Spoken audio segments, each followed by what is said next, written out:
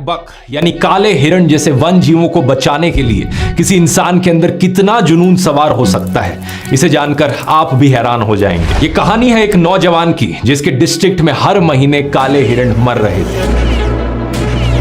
ये देखकर उसे गुस्सा आता था, वह उदास होता था, लेकिन समझ नहीं पाता था कि क्या किया जाए। जब ये लड़का कॉलेज में था तो इसने अपनी बिश्नोई कम्युनिटी की एक कॉन्फ्रेंस अटेंड करी जो जंगलों को काटे जाने और वाइल्ड लाइफ को पहुंच रहे नुकसान को लेकर थी। यही वो समय था जब इस युवक के मन में जिंदगी के मायने बदल गए। अपनी पढ़ाई पूरी करके ये गांव वापस आया और संकल्प लिया हिरणों को बचाने का। लेकिन सवाल ये था कि 20 साल का लड़का आखिर शिकारियों का मुकाबला कैसे करेगा। उसने सभी गांव वालों को कहा कि जब भी शिकार की कोई संभावना हो तो मुझे अलर्ट कर देना। एक बार गांव के एक इन्फॉर्मर ने उसे ऐसी ही जानकारी दी कि कहीं पर शिकार होने वाला है। सर्दियों की रात थी, तापमान करीब 14 डिग्री था, लेकिन फिर भी इस नौजवान ने अपनी मोटरसाइकिल उठाई और 30 किलोमीटर मोटरसाइकिल पर गया। जब तक ये वहां पर पहुंचा, अफसोस हिरन ऑलरेडी मारा जा चुका था। उसका मांस वहां पकाया जा रहा था, लेकिन फिर भी इसने पुलिस को बुलाया और शिकारी को गिरफ्तार करवाया। वाइल्ड लाइफ एक्ट 1972 के शेड्यूल 1 के तहत उसके खिलाफ केस दर्ज होता है। ये वहां के लोकल शिकारियों के लिए एक वार्निंग के जैसा था।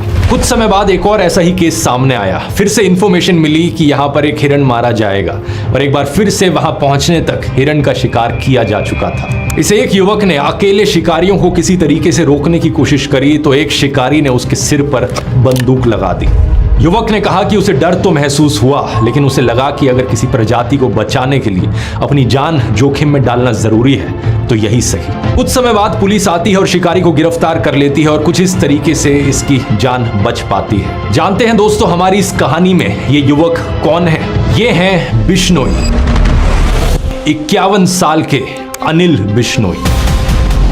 इनकी कहानी पब्लिश हुई थी द बेटर इंडिया में, एक बेहतरीन मीडिया पोर्टल जो रेगुलरली ऐसे बहुत से रियल लाइफ हीरोज पर स्पॉटलाइट डालते हैं। अनिल बिश्नोई राजस्थान के लक्सार गांव में रहने वाले एक किसान हैं। आज तक 300 से ज्यादा शिकारियों को रंगे हाथ पकड़ चुके हैं। ये केस दर्ज करवाते हैं, गवाही देते हैं और जब तक केस चलता है फॉलो अप भी करते हैं और मुजरिमों को जेल तक पहुंचाने का काम करते हैं। ब्लैक बक्स की मौत के पीछे शिकार के अलावा कुछ और भी कारण हैं, जैसे कि रोड एक्सीडेंट्स, एक्सट्रीम क्लाइमेट्स, कुत्तों द्वारा काट लिया जाना। इसलिए अनिल बिश्नोई ने गांव से 2 लाख रुपए का चंदा इकट्ठा किया और 66 पोखर तैयार करवाए जहां गर्मी में जानवर पानी पी सके। किसी जानवर को चोट लगती है तो ये उसे अपने घर पर या फॉरेस्ट डिपार्टमेंट के मेडिकल सेंटर पर फर्स्ट एड देते हैं। अगर हिरण के बच्चे की मां मर जाती है तो हिरण के बच्चे को तब तक पाल लिया जाता है जब तक वो जंगल में छोड़ने लायक ना हो जाए। आज राजस्थान के 12 डिस्ट्रिक्ट्स में 3000 लोग उनकी टीम में जुड़े हुए हैं और इतने सालों में उन्होंने मिलकर करीबन 10,000 काले हिरण और चिंकारा हिरण को मारे जाने से बचाया है। यही कारण है कि राजस्थान की सरकार ने अनिल बिश्नोई को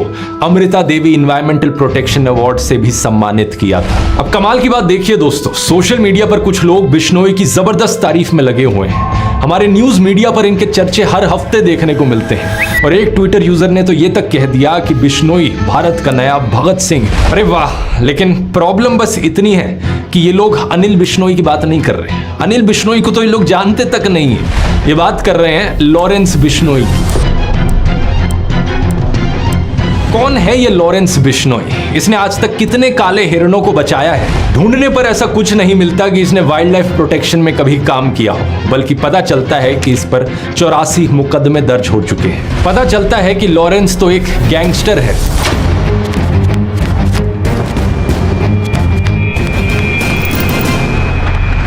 वीडियो शुरू करने से पहले एक छोटा सा अपडेट, आप में से बहुत से लोगों ने डिमांड करी थी पिछले Q&A वीडियो में, तो अब इस वीडियो का जो रिसोर्सेज डॉक्यूमेंट है वो पब्लिकली अवेलेबल है। नीचे डिस्क्रिप्शन में लिंक पर क्लिक करोगे तो आपको मिल जाएगा, जहां इस वीडियो के सारे सोर्सेज लाइन बाय लाइन आपको मिल जाएंगे। दूसरा, आप में से कुछ लोग दिवाली की सेल मिस आउट कर गए और रिक्वेस्ट कर रहे थे, इसलिए जो दिवाली सेल है ध्रुव राठी एकेडमी पर, उसे कुछ दिन और बढ़ाया जा रहा है आगे। आपको फ्लैट 56% ऑफ मिलेगा सभी कोर्सेज पर, time management course, chat GPT course और यूट्यूबर कोर्स।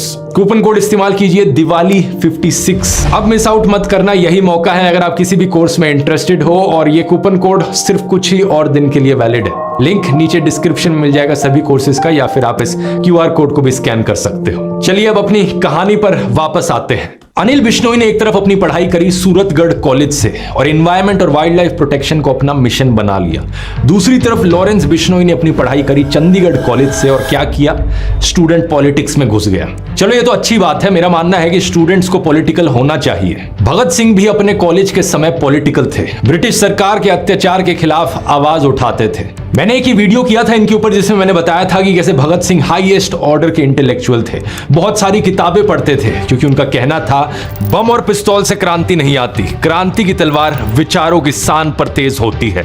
उन्होंने कीर्ति जैसी पत्रिकाओं में बहुत से आर्टिकल्स लिखे, जैसे कि धर्म व फसाद ते उमदा इलाज। इस आर्टिकल के जरिए उन्होंने बताया जनता को कि कैसे सांप्रदायिक ताकतें देश को तोड़ रही हैं। वो उस समय के हुए दंगों की बात कर रहे थे कि कैसे लोग एक दूसरे को सिर्फ इसलिए मार रहे हैं क्योंकि कोई हिंदू है, कोई सिख है तो कोई मुसलमान है। इस आर्टिकल में भगत सिंह ने सॉल्यूशंस भी बताए कि लोगों में वर्ग चेतना जगाई जाए, मतलब कि उन्हें एहसास कराया जाए कि वो हिंदू हो या मुस्लिम, आखिरकार वो हैं तो गरीब ही, और दुनिया भर के गरीब लोग, चाहे वो किसी भी रंग, रिलीजन या देश के हों, उनके वही अधिकार हैं। उनका फायदा इसी में है कि हर तरह के भेदभाव मिटा दिए जाएं और सत्ता को अपने हाथों में लिया जाए। आखिर में उन्होंने उम्मीद जताई कि भारत के सच्चे हमदर्द इन समाधान के बारे में सोचेंगे और देश को आत्म विनाश से बचाएंगे। इन आर्टिकल्स की बात मैंने डिटेल में इस वाले वीडियो में करी है, नहीं देखा है तो लिंक डिस्क्रिप्शन में है। लेकिन सवाल यहां पर यह है कि क्या लॉरेंस ने इन समाधान के बारे में सोचा?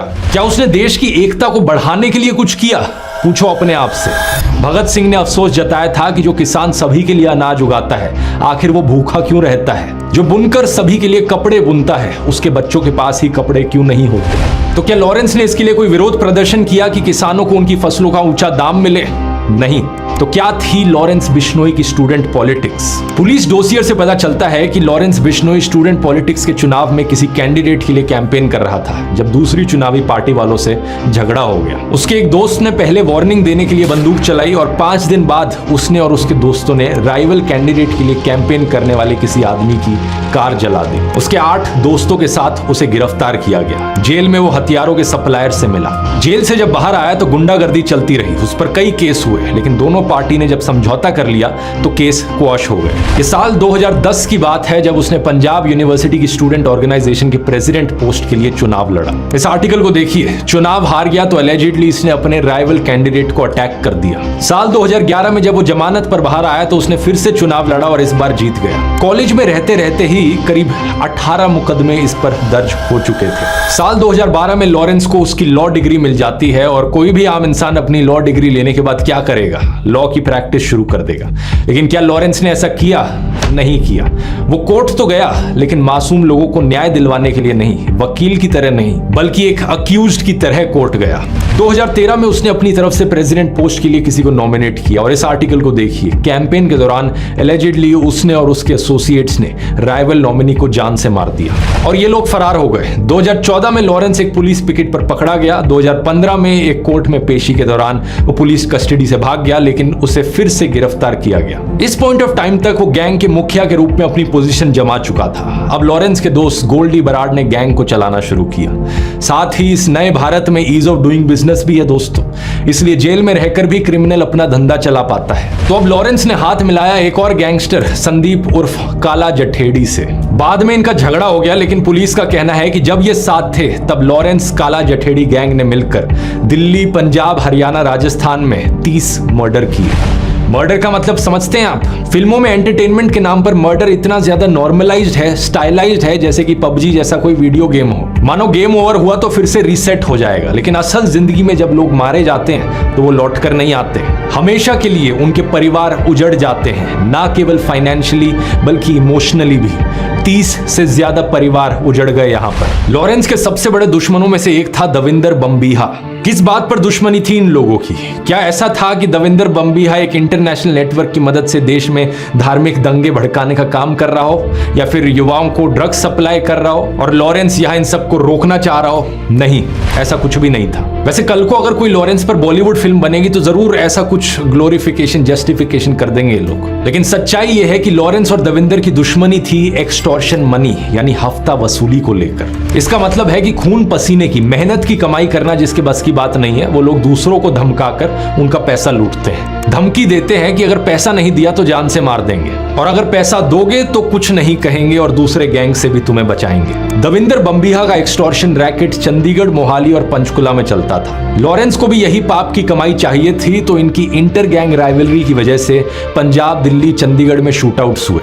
हफ्ता वसूली के अलावा लड़ाई का एक और कारण था पंजाब म्यूजिक इंडस्ट्री और कबड्डी के खिलाड़ियों पर अपना शिकंजा कसना। लेकिन सितंबर 2016 में दविंदर बम्बीहा एक पुलिस इनकाउंटर में मारा जाता है। ਵੱਡੀ ਖਬਰ ਬਠਿੰਡਾ ਤੋਂ ਹੈ, ਜਿੱਥੇ gangster Davinder Bambiha police encounter ਦੇ ਵਿੱਚ मारा गया है। जो आजकल का यूथ बड़ा आकर्षित होता है इन गैंगस्टर्स को देखकर, वो ये बात अच्छे से समझ ले, जब भी कोई गैंगस्टर जिंदा होता है उसे छुप छुप कर रहना पड़ता है, या तो जेल में, और अगर जेल में नहीं है तब भी उसकी जिंदगी एक लग्जरी जेल की जैसी ही होती है। भले ही उसके पास पैसा है, लग्जरी है, लेकिन उसे रहना पड़ता है छुप छुप कर। अब चाहे ये लॉरेंस बिश्नोई हो या फिर दाऊद इब्राहिम, जिस तरह आपके और मेरे जैसे लोग कभी इंडिया गेट पर मजे से कुल्फी खाते हैं, कभी ऋषिकेश में दोस्तों के साथ राफ्टिंग करते हैं, अपने परिवार वालों के साथ खुशी खुशी फेस्टिवल्स मनाते हैं, ये सब आजादी इन गैंगस्टर्स को नसीब नहीं होती। इन्हें हर समय डर लगा रहता है कि कोई इन्हें मार देगा, या तो कोई दूसरा गैंगस्टर इन्हें मार देगा, या फिर पुलिस इनकाउंटर में मारे जाएंगे, या फिर जेल में बंद रहेंगे। ये भी हो सकता है कि जेल के अंदर अंदर ही इन्हें मार दिया जाए।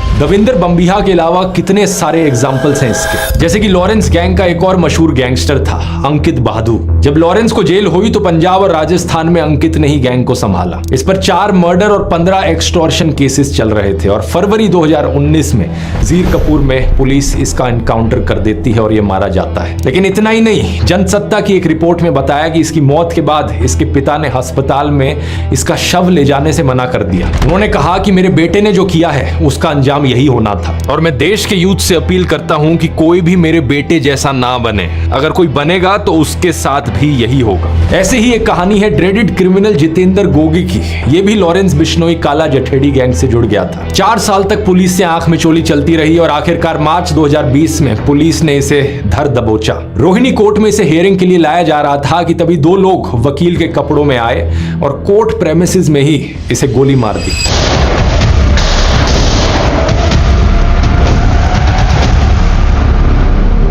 ये 2 असैसिन्स जग्गा और राहुल भी वहीं पुलिस द्वारा मार दिए जाते हैं। ये जितेंद्र गोगी के राइवल सुनील बालियान उर्फ टिल्लू ताजपुरिया के गैंग के लोग थे। इसके करीबन 1.5 साल बाद टिल्लू ताजपुरिया को भी मार दिया जाता है। कहां पर? तिहाड़ जेल के हाई सिक्योरिटी वार्ड में।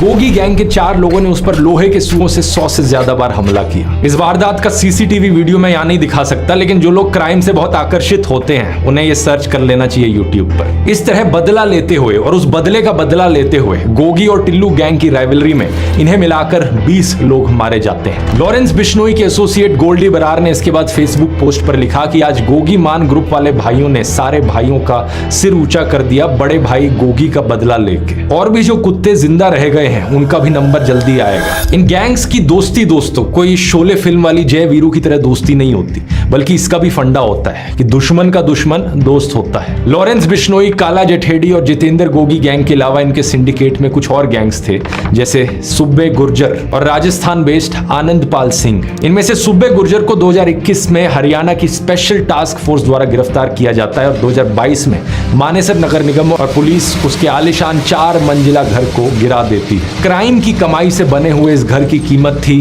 4 करोड़ रुपए। बताया गया कि यह गैर कानूनी तरीके से बनाया हुआ था। दूसरी तरफ आनंदपाल सिंह पुलिस इनकाउंटर में मारा गया। कुछ महीने पहले एक सीबीआई कोर्ट ने ऑब्जर्व किया था कि आनंदपाल सरेंडर कर चुका था, लेकिन फिर भी उसे मार दिया गया। आनंदपाल की एसोसिएट अनुराधा चौधरी उर्फ मैडम मिन्स ने काला जठेड़ी से शादी कर ली थी। तो एक तरफ है ये लॉरेंस, काला जठेड़ी, गोगी, सुब्बे गुर्जर और आनंदपाल सिंह का क्राइम सिंडिकेट, और इनके खिलाफ एक दूसरा क्राइम सिंडिकेट जिसमें शामिल थे दविंदर बम्बीहा गैंग, नीरज बवाना, टिल्लू ताजपुरिया, संदीप ढिल्लू और कौशल चौधरी। इनमें से बम्बीहा और टिल्लू मारे जा चुके हैं और बाकी तीनों जेल में बंद हैं। नीरज बवाना के ऊपर 40 से ज्यादा केस हैं, जिसमें murder, attempt to murder, extortion, land grabbing के केस शामिल हैं। अप्रैल 2015 की एक रात वो अपने परिवार से चोरी छुप के मिलने जा रहा था जब दिल्ली पुलिस के स्पेशल सेल ने उसे गिरफ्तार कर लिया। अक्टूबर 2017 में उसे सॉलिटरी कन्फाइनमेंट में डाल दिया जाता है, यानी कि उसके आसपास कोई भी और कैदी नहीं होगा। उसका वकील कोर्ट में बाद में गुहार लगाता है कि अकेलेपन की वजह से वो डिप्रेशन जैसी मेंटल प्रॉब्लम्स का शिकार हो रहा है। अप्रैल 2018 में कोर्ट आदेश देता है कि उसे दूसरे सिक्योर वार्ड में शिफ्ट कर दिया जाए, जहां उसे दूसरे कैदियों से बात करने का मौका मिल सके। पुलिस ने उसके एक एसोसिएट सचिन उर्फ गोलू को भी गिरफ्तार किया।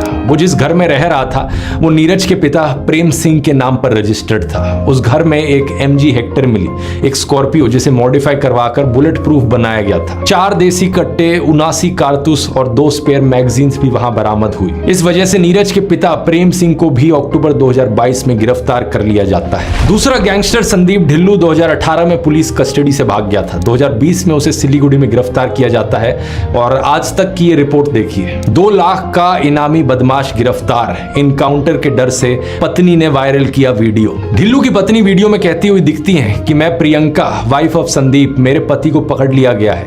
मुझे डर है कि मेरे पति का इनकाउंटर ना हो जाए। मैं ये किस्से आपको इतने डिटेल में इसलिए बता रहा हूं ताकि आप समझ सको कि इन गैंगस्टर्स की जिंदगियां कैसी बीतती हैं। अगर कोई नौजवान फैसला करता है क्राइम की दुनिया में कदम बढ़ाने का, तो उसके परिवार के सदस्यों को, रिलेटिव्स और दोस्तों को क्या क्या सहना पड़ता है। तीसरा गैंगस्टर यहां पर था कौशल चौधरी। इसके बारे में पिछले साल खबर आती है कि इसने पुलिस कस्टडी में नाई से एक हेयर ट्रिमर छीनकर आत्महत्या करने की कोशिश करी, लेकिन पुलिस ने इसे बचा लिया और अटेम्प्ट टू सुसाइड का एक और केस इस पर लगा दिया। इसी हफ्ते इससे जुड़ी हुई 2 और खबरें आई हैं। पहली ये कि इसके 2 शूटर्स ने दिल्ली के रानी बाग में एक बिजनेसमैन के घर पर गोलियां चलाई। 15 करोड़ रुपए की एक्सटॉर्शन के लिए एक स्लिप छोड़ दी जिस पर लिखा था कौशल चौधरी, पवन शौकीन, बमबीहा गैंग।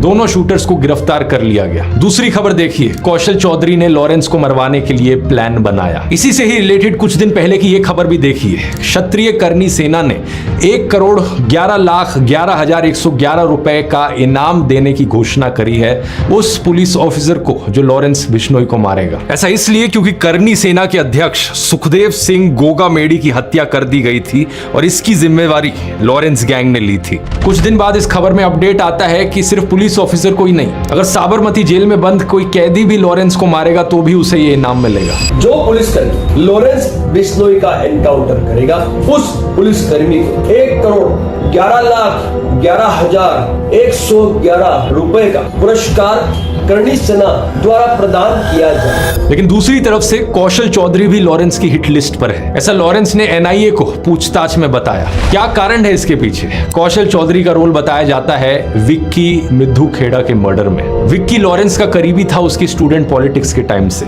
अगस्त 2021 में उसका मर्डर किया जाता है। विक्की का नाम अक्टूबर 2020 की सिर्फ एक FIR में था जो लिखी गई थी चंडीगढ़ के सेक्टर 39 पुलिस स्टेशन में। इस FIR में विक्की पर आरोप था कि वो लॉरेंस गैंग का मेंबर था और उस गैंग के सदस्यों को लॉजिस्टिकल सपोर्ट देता था। मर्डर के 1 साल बाद मोहाली के SSP विवेकशील सोनी ने भी अपने बयान में यही कहा था कि लॉरेंस गैंग का करीबी होने के कारण विक्की राइवल बमबीहा गैंग का टारगेट था। दविंदर बमबीहा के मारे जाने के बाद इस गैंग को चला रहा था लक्की पड़ियाल। दिल्ली पुलिस की काउंटर इंटेलिजेंस यूनिट ने केस को क्रैक करते हुए बताया कि लक्की पड़ियाल के इंस्ट्रक्शंस पर कौशल चौधरी और अमित डागर ने इसकी साजिश रची थी। 4 शार्प शूटर्स को इसके लिए हायर किया गया था और बमबीहा गैंग के 12 गैंगस्टर्स गिरफ्तार हुए थे जिनमें 3 शूटर्स शामिल थे।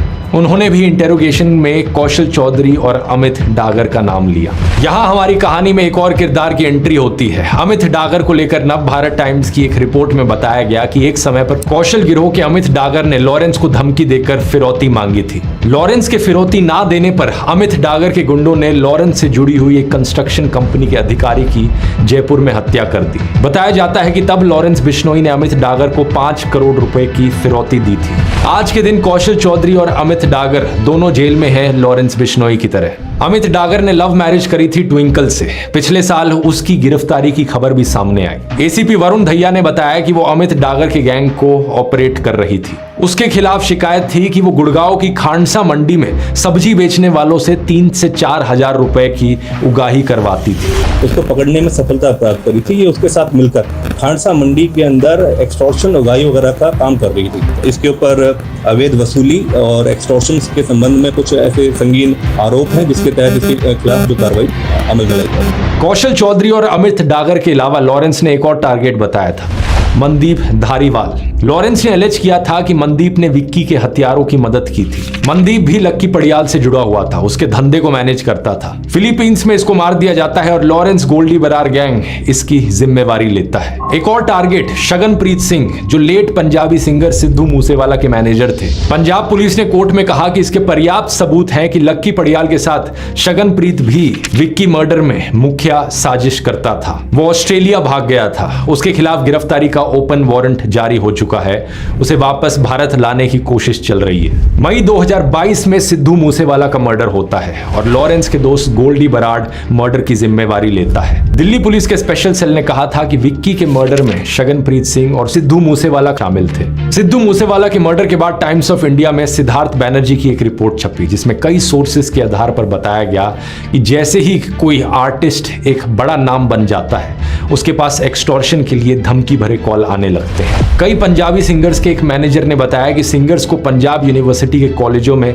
परफॉर्म करने के लिए बुलाया जाता है। वहां कुछ गुंडे सिंगर्स से बात करते हैं जो स्टूडेंट पॉलिटिशियंस और गैंगस्टर्स के बीच में कहीं होते हैं। मान लीजिए कि वो स्टूडेंट पॉलिटिशियन गैंग ए के साथ जुड़ा हुआ है। कुछ समय बाद सिंगर को गैंग बी से एक्सटॉर्शन का कॉल आता है, तो कई बार सिंगर फिरौती की रकम दे देता है, लेकिन कई बार वो स्टूडेंट पॉलिटिशियन से बात करता है और गैंग ए से मदद लेता है। सिंगर खुद से किसी भी गैंग या नेक्सस का हिस्सा नहीं बनना चाहता, लेकिन इस तरीके से बीच में फंस जाता है। एक इंटेलिजेंस ऑफिशियल ने DW से बात करते हुए बताया कि इस तरह सिंगर्स जिन खराब एलिमेंट्स की पेट्रनेज लेते हैं, कुछ समय बाद वो खुद उनके लिए एक फ्रैंकेनस्टाइन मॉन्स्टर बन जाते हैं। इस वीडियो में मेरा मकसद था दोस्तों आप लोगों को दिखाना कि गैंगस्टर्स की जिंदगियां असली में कैसी होती हैं। फिल्मों में और न्यूज चैनल्स के द्वारा अक्सर गैंगस्टर्स को ग्लोरीफाई किया जाता है, बहुत ज्यादा बढ़ा चढ़ा कर बड़े स्टाइलिश तरीके से उन्हें दिखाया जाता है। यही कारण है कि बहुत से लोग इन गैंगस्टर्स को वर्शिप करने लग जाते हैं, लेकिन यह है असलियत। कोई गैंगस्टर पुलिस इनकाउंटर में मारा जाता है, किसी को राइवल गैंग द्वारा मार दिया जाता है, तो कोई जेल में है, किसी के पिता जेल में है, किसी की पत्नी जेल में है, किसी के कजन का मर्डर हो गया है तो किसी के दोस्त का। जो जिंदा हैं वो इसी डर में जीते हैं या डिप्रेशन का शिकार बन जाते हैं। तो जैसा फिल्मों और गानों में दिखाया जाता है, गैंगस्टर लाइफ वो जिंदगी असलियत में इतनी चिल नहीं है ब्रो। अपनी जिंदगी में कुछ मीनिंगफुल करने की सोचो, नौकरी नहीं लग रही तो कोई स्किल सोचो, वैसे किसी काम धंधे की सोचो। एलियनेटेड महसूस करते हो तो अपने परिवार के सदस्यों को रीच आउट करो, अपने दोस्तों से बात करो, फैमिली से बात करो। लेकिन कुछ भी हो जाए, किसी भी कारण से इस गलत रास्ते पर मत चलना। और किसी को अगर इंस्पिरेशन के तौर पर देखना है तो अनिल बिश्नोई जैसे लोगों के बारे में पढ़ो और उनसे सीखो। एक सलाम यहाँ पर सभी ईमानदार पुलिस ऑफिसर्स को, चाहे वो NIA के ऑफिसर्स हो या पंजाब पुलिस की इंटेलिजेंस यूनिट हो, उत्तर प्रदेश की ATS हो, हरियाणा की पुलिस हो या दिल्ली पुलिस के स्पेशल सेल के लोग हो। हर एक वो इंसान जो अपनी ईमानदारी पर टिका हुआ है और देश को क्राइम से बचा रहा है, इन सभी को दिल से सलाम। इस वीडियो में मेरा फोकस दोस्तों गैंगस्टर्स की खुद की जिंदगियों पर था, लेकिन अगर आप चाहते हो तो इसका एक पार्ट 2 भी बन सकता है इस वीडियो का, जिसमें मैं बात करूं ये गैंगस्टर कल्चर एक्चुअली में बाकी देश पर क्या इंपैक्ट डालता है, हमारे समाज पर इसका क्या असर पड़ता है, बॉलीवुड का क्या नेक्सस रहा है अंडरवर्ल्ड के साथ और फिल्मों में कैसे गैंगस्टर्स को ग्लोरीफाई किया गया है। अगर आप ये वीडियो चाहते हो तो कमेंट्स में लिखकर बता सकते हो। कोर्स का लिंक नीचे डिस्क्रिप्शन में मिल जाएगा, कूपन कोड है दिवाली 56 और तब तक के लिए आप ये भगत सिंह वाला वीडियो देख सकते हो यहां क्लिक करके। बहुत बहुत धन्यवाद।